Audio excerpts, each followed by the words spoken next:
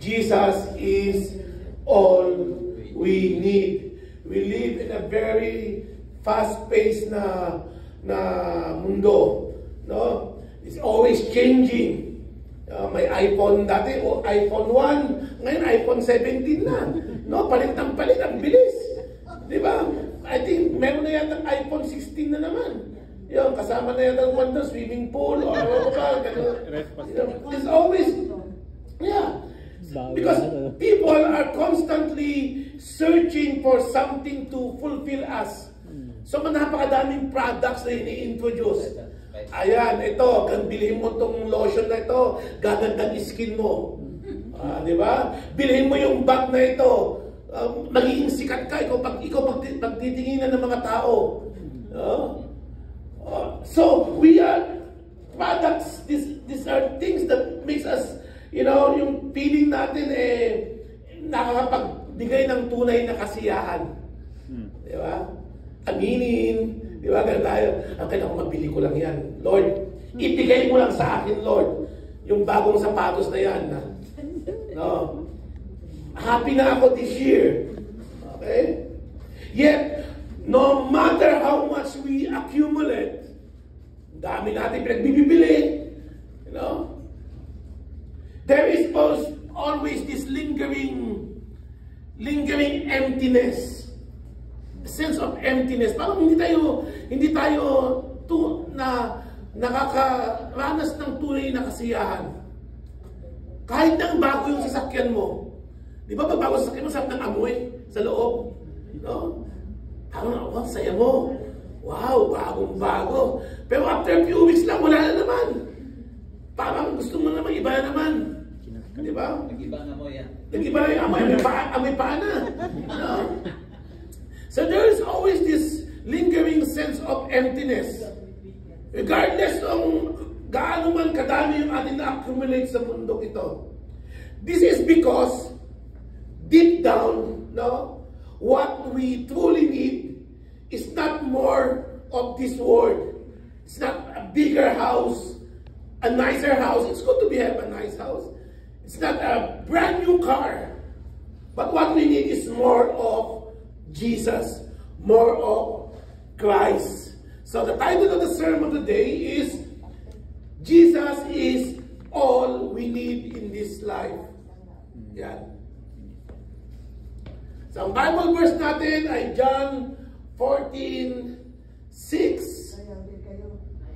Jesus said to him, this is Jesus speaking, I am the way, the truth, and the life. No one comes to the Father except through me. Jesus is the way. Why? Because we are lost. Yun talagang kailangan natin. Yung tamang daan. Jesus is the way, the truth. We are always bombarded with lies o kasinungalingan. So kailangan natin ang katotohanan. Jesus is the way, the truth, and the life. Why? Because we experience death. We are spiritually dead. Sabi po ng Bible dahil sa ating mga kasalanan. So, pag nahanap natin ito, naranasan natin ito, nakuha natin ito mapufulfill yung ang ating kaluluwa. No? Because Jesus He provides all that we truly need. Ang tunay talaga natin kailangan ay mahanap ang tunay na daan, mamuhay ng katotohanan, this is the way, the truth, and magkaroon po ng tunay na buhay. Yan, isa-isahin po natin yan. Jesus is the way. When we talk about Jesus is the way, He is the way to what? Salvation. The forgiveness of sins are found only in Jesus. Bakit, Pastor? Hindi ko naman kailangan mapatawad. Mabait naman ako. That is a lie. Because we know deep down na kailangan natin mapatawad sa ating mga kasalanan. Di ba? And Jesus is the way to salvation. Ang tunay na forgiveness of sins are found only in Jesus. Not kay Buddha, not kay Allah, kundi only kay Jesus. John 14:6 declares, I am the way. Notice, Jesus didn't say, I am a way. Pero sabi niya, I am the way. I am the way. So when he said, I am the way, he is emphasizing that he is the only path to God and eternal life. Because what we need is eternal life. What needs to be forgiven by God. And I sabi ni Jesus, ako lang. I am the way. I am the only path to God. Hindi good works. Hindi New Age. Hindi pakikinig kay Oprah. No. Kundi ang tunay na makilala si Jesus. Because through His life and death and resurrection, Jesus opened the way for us to be reconciled with God. Dahil una-una, kaaway tayo ng Diyos eh. Because of our sin. And so, no one can come to the Father except to Him. Yan po ang dinideclare ng church. Throughout the ages. No. Regardless whether you are Protestant or Catholic, yan po ang ating pinaniniwala na wala pong salvation na hindi daraan kay Jesus. Jesus is the only way. Yung salvation and forgiveness of our sins ay matatagpuan lamang po kay Jesus. He is the way to our relationship with God. When Jesus says He is the way to salvation. He is the way to a relationship with God. So Jesus bridged that gap between humanity, between us and God. Our sins, the Bible says that separates us from a holy God. Dahil banal na banal ang Diyos, tayo'y makasalanan, mayroon po tayong gap. There is a gap na kailangan pong mag-bridge yan. No? And Jesus is the bridge. Upang tayo po maka-connect, makalapit sa Diyos. Through Jesus, we can enter a relationship with Him. Jesus is the way that we can know God intimately. Maranasan natin yung tunay na pagmamahal ng Diyos. At magkaroon tayo ng masayang fellowship with God. And to approach God, we have to go through Jesus. Yan po ang sinabi niya. Hindi ko po sinabi yon. Hindi din po sinabi ni St. Paul. Nanggaling po ito sa salita ni Jesus mismo. I am the way, the truth, and the life. He is the way. Jesus shows us the way to live our lives. Pinapakita rin ni Jesus, hindi lang kung paano tayo maligtas, hindi lang paano tayo makalapit sa Diyos, kundi paano mamuhay din. Paano mamuhay. No? He models us the way we should live. Yung kanyang teaching, yung kanyang actions, yung kanyang love. Demonstrate how we should treat others. How we respond to challenges. Di ba yung Bible study last Thursday? Sabi ko yung faith, when we have faith, it changes how we handle our problem. No? Ibig sabihin, dahil sa ating faith, natututo tayong magtiis, natututo tayong yung maging patient, no, sa ating mga afflictions, sa ating mga problema, dahil alam natin na hindi yun permanent. Alam natin na ang Diyos ay tutulungan tayo. Amen po ba? Amen. No? Ang temporary lang po ang mga problema natin. Pinagdadaanan natin yan. Madadaanan at malalagpasan natin. No? Yun po ang tinuturo ni Jesus, how we live our lives. Our life should honor God. No? Kaya tayo niligtas. Kaya tayo nakalapit sa Diyos upang mamuhay tayo that honors God. Now let's go to the second point. First point is Jesus is the way.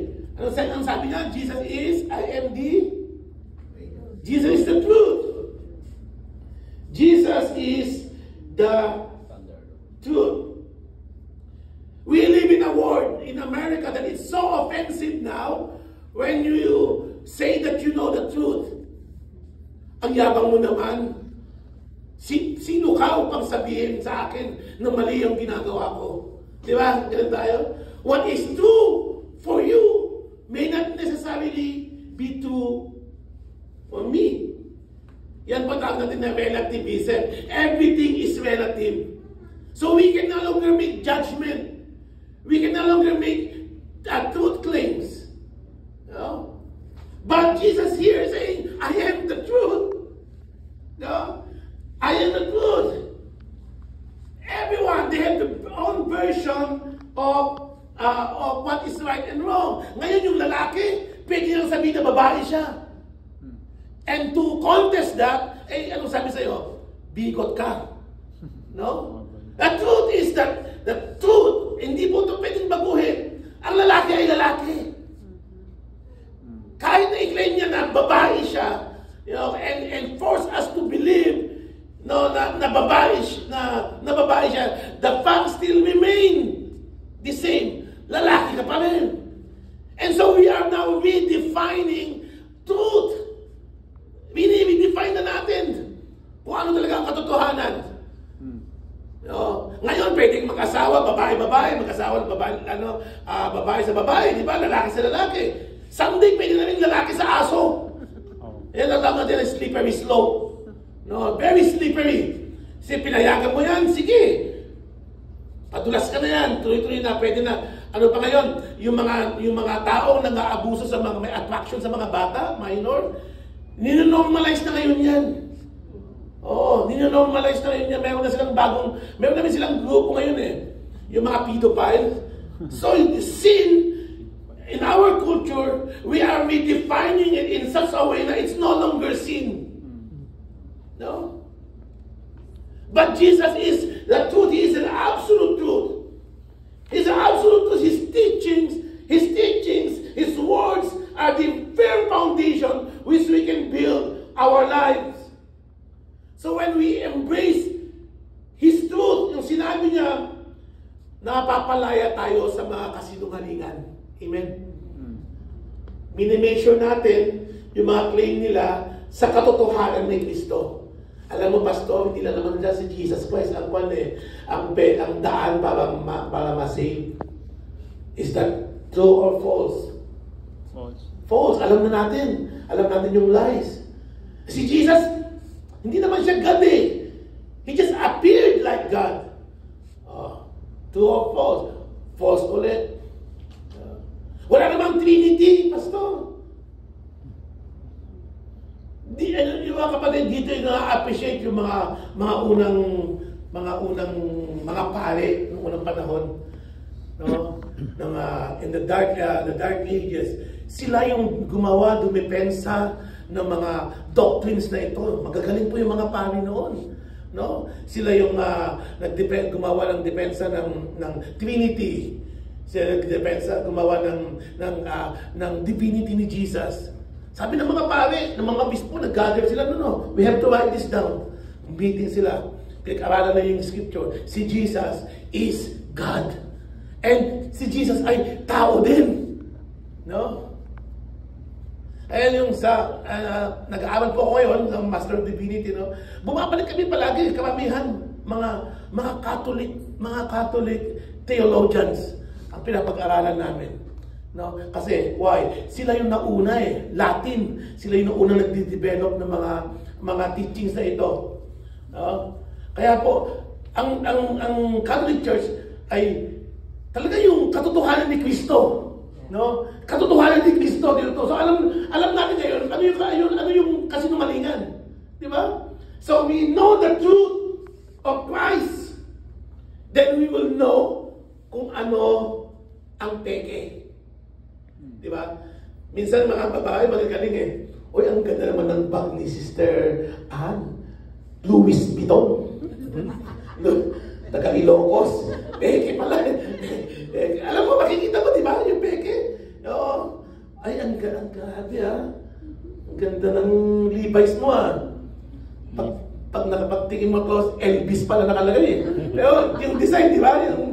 Meron akong kaibigan na bumili online ng Kobe Bryant na shoes. Pinagpipilitan niya ng original. Kasi $100 ang bili niya eh. Pero Kobe Bryant, walang T. alam mo, peki, di ba? Oo. Kasi alam mo yung totoo eh. The same way. When we know Jesus, we know His truth, His word. Alam natin agad, maispatan agad natin kung ano yung peke. Di ba? Minsan marami mga peking Christian, ay Kristiyano ka pa rin, hindi nagatahan. Sorry ha. So, Jesus is the truth. He is the ultimate reality. He is the revelation of Jesus as the revelation of God. John 1:14. Jesus is the perfect revelation of God the Father. John 1:14 says, the Word became flesh and made His dwelling among us. We have seen His glory, the glory of the one and only Son, who came from the Father, full of grace and truth. So Jesus reveals God. Pag kilala natin si Jesus, kilala natin ang God. We learn God's character, His love, His holiness, and His will. Why? Because that is what Jesus revealed when He came to this world. God is merciful. Why? Alam natin yun, because Jesus is merciful. Everything that Jesus says and does reflect po yung ng puso ng God sa atin. Making Jesus the fullest expression of divine truth. Jesus is the ultimate reality. Siya po yung tunay na, yung genuine embodiment ng truth. Genuine. No, hindi siya peke. And Jesus as the fulfillment of God's promises. So, in the Old Testament, na-prophesy na dapat din si Jesus. Di ba? Sabi ni Isaiah, the suffering servant, He will come to save His people. So when Jesus came, yung plan ng God to redeem humanity ay nagkatotoo. So in Him, all the truths of God's words were confirmed. Hindi po pwedeng magsinungaling ang Diyos. In the Old Testament, sabi niya, I will send a Messiah. At dumating nga po si Jesus. His life, yung kamatayan ni Jesus, yung kanyang resurrections, are the ultimate validation of God's faithfulness and truthfulness of His Word.